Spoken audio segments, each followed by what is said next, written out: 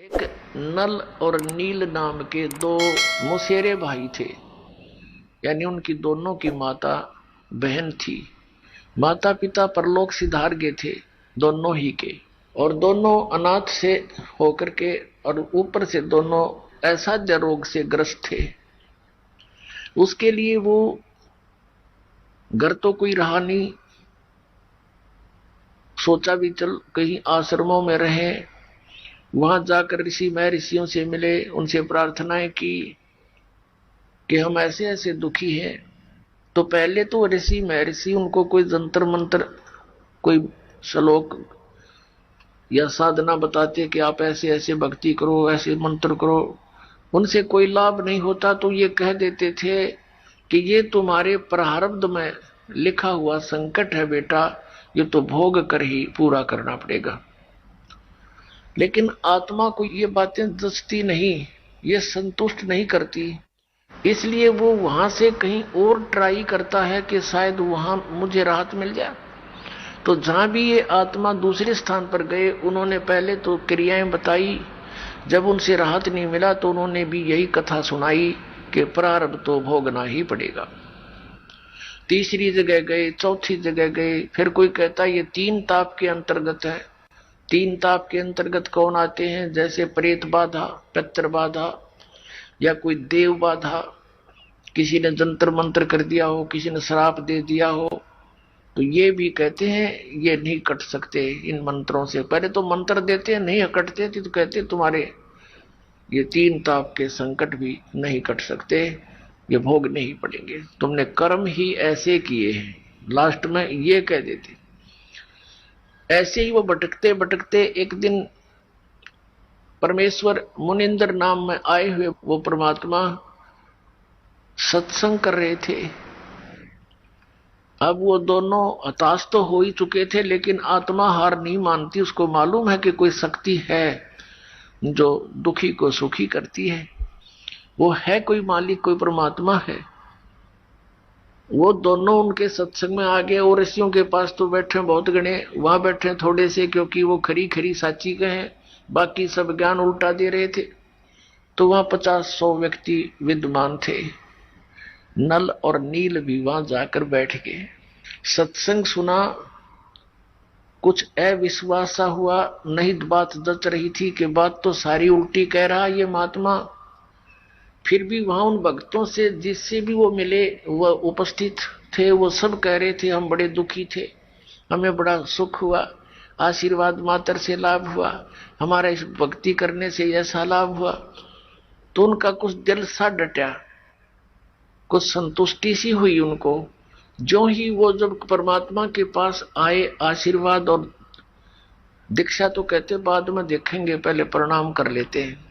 तो जो ही वो प्रणाम करने आए परमात्मा के पास, उन दोनों के सिर पे आशीर्वाद भरा हाथ रखा, दोनों स्वस्थ हो गए। एक दूसरे को देख रहे हैं कि हम ये क्या हो गया, जैसे शरीर से 100 मन वजन उठा दिया हो। दोनों चरणों में गिर गए, फूट फूट कर रोते रहे। ए भगवान, हमें नहीं मालूम था परमात्मा पृथ्वी पर आई हुई है, हम बहुत भटक लिए थे, हमने सब जगह जंतर मंत्र जिसने जो बताया भगवान कर लिए थे, हमें कोई राहत नहीं मिला। हमने तो आत्मघात करने की सोच ली थी कि यदि कुछ दिन में राहत नहीं मिली तो ये जीवन नरक बन गया है। हे भगवान, बड़ी दया करी आपने। परमात्मा ने कहा बेटा ये तो फर्स्ट एड है, आपके जीवन में ना जाना कितने और दुख हैं, इसके लिए मैं भक्ति बताऊंगा, वो मंत्र तुमने करने पड़ेंगे। कदे नो सोचो केवल छू मंत्र से सारे काम हो जाएंगे। ये तो इसलिए बताया है कि हम समर्थ हैं। ये केवल आपको एक ये ट्रायल दी है, अपना एक सैंपल दिखाया है कि हम क्या है। कहने लगे महाराज मन उपदेश दे दो, हम आपके दास है।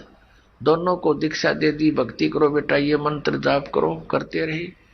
अब वो बड़े दुखी थे, एकदम सुखी हुए तो खुशी का कोई ठिकाना रहा नहीं। और परमात्मा जो भी उनको सेवा के लिए, जैसे सामूहिक तौर पर सत्संग में बताया जाता है कि आप सत्संग में आते हो तो यहाँ एक बाबूजी बनकर नहीं आवे, यहाँ एक दास बनकर आवे। एक जैसे हॉस्पिटल में रोगी जाता है चाहे वो कितना बड़ा अधिकारी हो, कितना बड़ा धनवान हो। जब उसको ये पता लग जाता है कि तेरी जांच में कोई गड़बड़ हो चुकी है और तेरा शरीर ठीक नहीं है, और उसको डॉक्टर के पास जाता है, डॉक्टर कहता है कि जाओ ये जांच कराओ, तो उसने उस पल की इंतजार रहती है जांच में के आवेगा। उस समय वो भूल जाता है मैं क्या हूं, मैं कोई अधिकारी हूं या सेठ हूं। उस समय वो अपने को रोगी मानता है। ऐसा भाव आपका सत्संग में रहना चाहिए। यहाँ ऐसे रहने से क्या लाभ होगा? कबीर परमेश्वर की अमर वाणी है, और इनकी अमर वाणी फाइनल है, जो ने कह दिया वो सत्य है। कहते हैं संत मिलन को आइए तज माया अभिमान, जो जो कदम आगे रखे एक एक यज्ञ समान। संत मिलन को चालिए और तज माया अभिमान, और जो जो कदम आगे रखे सो सो यज्ञ समान। अब देखो एक यज्ञ में कितना पैसा लगता है, और ये यज्ञ फ्री में होगा जब इस विधि से आप सत्संग में आओगे। अधीर बन के आवे, विनम्र बन के आवे, इस अहंकार रूपी राक्षस को कति खत्म कर दे, अपने पास से दूर कर दे, कि बस दूर हो जाए, तू तेरा मेरा मेल रहा नहीं क्योंकि मैं भक्त बन गया। और ये राक्षस अहंकार जो है सबसे बड़ा शत्रु है हमारा। जैसे रावण ने भगवान शिव की भक्ति की, भक्ति इतनी की कोई कर नहीं सकता, यहां से काट कर शीश चढ़ा दिया और वापस प्राप्त हुए, लेकिन अहंकार नहीं गया। तो जैसी राहत भगवान शिव से मिलनी थी वह बिना प्राप्त हुई। उस अहंकार के कारण कुत्याली मौत मारा गया और राक्षस कहलाया। तो अभिमान बहुत बुरा है। भगवान और अभिमान का एक्सीडेंट है, नॉर्थ साउथ पोल समझ लो, ये कभी इकट्ठे नहीं हो सकते। इसे दुष्ट को फिर हम क्यों पालें? और क्या अभिमान इस जीव का 1 मिनट में फूक निकल जाएगा, 2 मिनट में फूक आवेंगे, गधे लौटेंगे इस राख पर, जिसका अभिमान ठाए फिरे, अदरंग मार जा, मुंह से माखी बढ़े और लकड़े, के अभिमान इसका।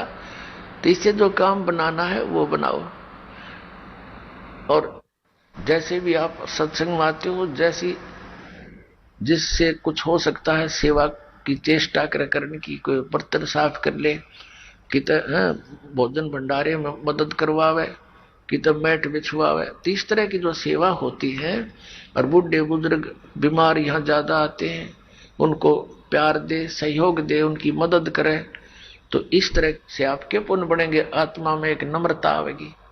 तो कबीर परमेश्वर जी के पास, मुनिंदर जी के पास विशेषकर दुखी दुखी ही आते थे। सुखी तो उनके पास जाते थे, उन नकलियां ऋषियों द्वारा, और क्योंकि वो तो महिमा के भूखे, अच्छा आदर दें, सेठ आ जाओ उसने न्यारी कुर्सी देंगे, हो रहा जाओ उसको अलग से कमरा देंगे, और फिर वो 10,000 रुपये दे दें, उसके गीत गाए जाएंगे। इसलिए वो वहां इसलिए जाते हैं सेठ, क्योंकि उनका मान होता है।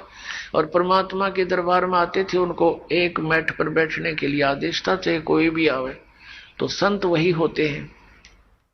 और वहां कोई आदर सत्कार नहीं था किसी का, और अनादर भी नहीं था किसी का, क्योंकि वहां विद्यार्थी टाइप में भगत होते हैं। आध्यात्मिक गुरु जो होता है वो आध्यात्मिक टीचर होता है। तो इस प्रकार अब उन अपने आत्माओं जो ये कहते हैं कि भाई प्रारब्ध के कर्म में लिखा हुआ, भाग में लिखा हुआ दुख ये तो भोगना पड़ेगा, पाप कर्म का दंड है। और फिर वो कहते हैं भगवान का मंत्र ले ले, जाप करा करिए, भक्ति कर, आगे सुखी हो जाएगा। अब किसी के पैर में कांटा लगा हो और गहरा लग कर टूट गया हो, उसको स्वयं मालूम नहीं है पीड़ा किस वजह से हो रही है, या उसको पता भी है कि मेरा कांटा लग गया, तो वो किसी के पास जाता है और वो ये कहता है कि तेरे पीड़ा का कारण तेरे पैर में लगा कांटा है, और कांटा तो निकल नहीं सकता, ये तो ऐसे ही रहेगा, जूता पहन ले और जूता पहन ले, आगे भविष्य में कांटा नहीं लगेगा। तो पुण्यात्मा कांटा लगे पैर में, जूता पहना नहीं जा सकता, वो तो कांटा निकले, और फिर उसको सलाह दे जूता पहन के रखना, नहीं तो फिर लग जाएगा। तो फिर वो कांटे की पीड़ा से पीड़ित व्यक्ति खूब समझता है कि कांटा कितना दुखदाई होता है, तो फिर वो कभी जूता नहीं उतारेगा, बहुत सावधानी बरतेगा कि कहीं फिर से वो आपत्ति ना आ जाए। जैसे भी आप सत्संग में आते हो, जैसी जिससे कुछ हो सकता है सेवा की चेष्टा करने की, कोई बर्तन साफ कर ले, कि भोजन भंडारे में मदद करवावे, कि तब मैट बिछवावे। तो इस तरह की जो सेवा होती है, और बूढ़े बुजुर्ग बीमार यहाँ ज्यादा आते हैं, उनको प्यार दे, सहयोग दे, उनकी मदद करे, तो इस तरह से आपके पुण्य बढ़ेंगे, आत्मा में एक नम्रता आएगी। तो कबीर परमेश्वर जी के पास, मुनिंदर जी के पास विशेषकर दुखी दुखी ही आते थे। सुखी तो उनके पास जाते थे, उन नकलियां ऋषियों द्वारा, और क्योंकि वो तो महिमा के भूखे, अच्छा आदर दें, सेठ आ जाओ उसने न्यारी कुर्सी देंगे, और आ जाओ उसको अलग से कमरा देंगे, और फिर वो 10,000 रुपये दे दें, उसके गीत गाए जाएंगे। इसलिए वो वहां इसलिए जाते हैं सेठ, क्योंकि उनका मान होता है। और परमात्मा के दरबार में आते थे, उनको एक मैट पर बैठने के लिए आदेश था, चाहे कोई भी आवे। तो संत वही होते हैं।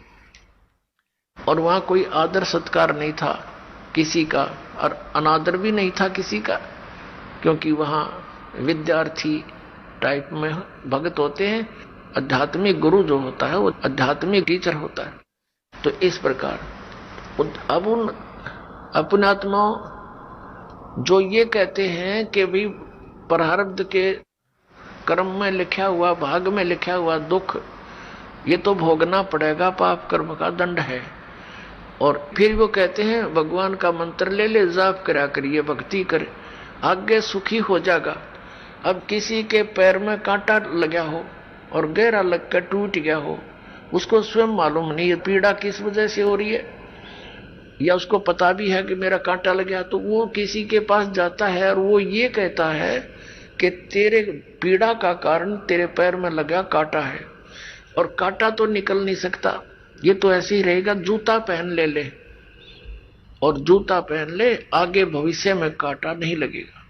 तो पुण्यात्मा कांटा लगे पैर में, जूता पहना नहीं जा सकता, वो तो कांटा निकले, और फिर उसको सलाह दे जूता पहन के रखना, नहीं तो फिर लग जाएगा। तो फिर वो कांटे की पीड़ा से पीड़ित व्यक्ति खूब समझता है कि कांटा कितना दुखदाई होता है, तो फिर वो कभी जूता नहीं उतारेगा, बहुत सावधानी बरतेगा कि कहीं फिर से वो आपत्ति ना आ जाए। तो इसी प्रकार परमात्मा कहते हैं, जैसे आपके प्रारब्ध रूपी पाप कर्म का कांटा आप पर लगा हुआ है, और वो कांटा निकलेगा यानी सुख हो गया, फिर आपको सलाह दी जाएगी कि ये मर्यादा में रहना और ये भक्ति करते रहना। तो वो प्राणी फिर कभी मर्यादा नहीं तोड़ सकता और भक्ति नहीं छोड़ सकता, इस भय से कि कहीं फिर से ना वो बिजली गिर जा, फिर से वो आपत्ति ना संकट आ जाए, कितना बुरा हाल हो गया था हमारा। तो फिर वो कभी भक्ति नहीं छोड़ सकता और सीधा चलता है। तो इसी प्रकार परमात्मा उनको सलाह देते थे उपस्थित भक्तों को, और वहां परमात्मा के पास, कबीर साहब के पास यानी मुनिंदर जी के पास अधिकतर वो दुखी व्यक्ति आते थे, कोई मानसिक पीड़ित, कोई भूत प्रेतों का सताया हुआ, कोई देवों का श्राप दिया हुआ, कोई किसी ऋषि साधु संत ने उनको श्राप दे दिया, या कोई प्रारब्ध के कष्ट से दुखी, या कोई शारीरिक रोग से दुखी। और परमात्मा तो हमारे भगवान है, वो तो अपने बच्चों के सारे दुख दूर किया करते हैं। तो वहां वृद्ध अवस्था ज्यादा बीमार सिमार आते थे, तो भगवान सलाह दिया करते थे, भाई बूढ़े बुजुर्ग रोगी की मदद करनी चाहिए, नफरत नहीं करें। कहते कुष्टी होवे संत बंदगी कीजिए, हो वैसा के विश्वास चरण चित दीजिए। परमात्मा सलाह देते हैं, हमें बताते हैं कि यदि भक्त का कोढ़ भी लगा हुआ, कुष्ठ रोग भी लगा हुआ हो, मक्खियां भिनक रही हो, उससे नफरत ना करना, उसकी मदद करना बल्कि जितनी हो सकती है। कुष्टी होवे संत बंदगी कीजिए, भगत को प्रणाम कीजिए, आपस में एक दूसरे को सत साहेब, उसे नफरत करके मुंह फोड़ कर नहीं जाना चाहिए। और होवे स्या के विश्वास चरण चित दीजिए, यदि किसी बहन कोई अपने क्रमवश गणिका भी बन गई है, वैसा वर्ती कर रही है, और वो सत्संग में आ जाती है, कहते हैं उससे भी नफरत ना करना, उसको भी साधु जानना, क्योंकि हम सभी ऐसे स्थान पर रह रहे हैं, ना जाने कब कौन के गलती कर बैठे। और हम क्या करते हैं, अपने दोषों को ना देखकर दूसरे के थोड़े दोष को भी घना बनाकर नफरत करते हैं। यह भी हमारी अज्ञानता का ही कारण है। अब जैसे पुण्यात्माओं, कोई चोर है, डाकू है और कोई दुराचारी है, यदि वो सत्संग में नहीं आवेगा तो उसको ये पता कैसे लगेगा ये पाप कर रहा है तू। जिस क्षेत्र में वो रहता उस माहौल में तो फंसा हुआ है, उसी से तो बिगड़ता ही जा रहा है। अब जैसे मैला कपड़ा हो गया तो वो जल के निकट नहीं आवेगा, साबुन प्रयोग नहीं होगा उस पर।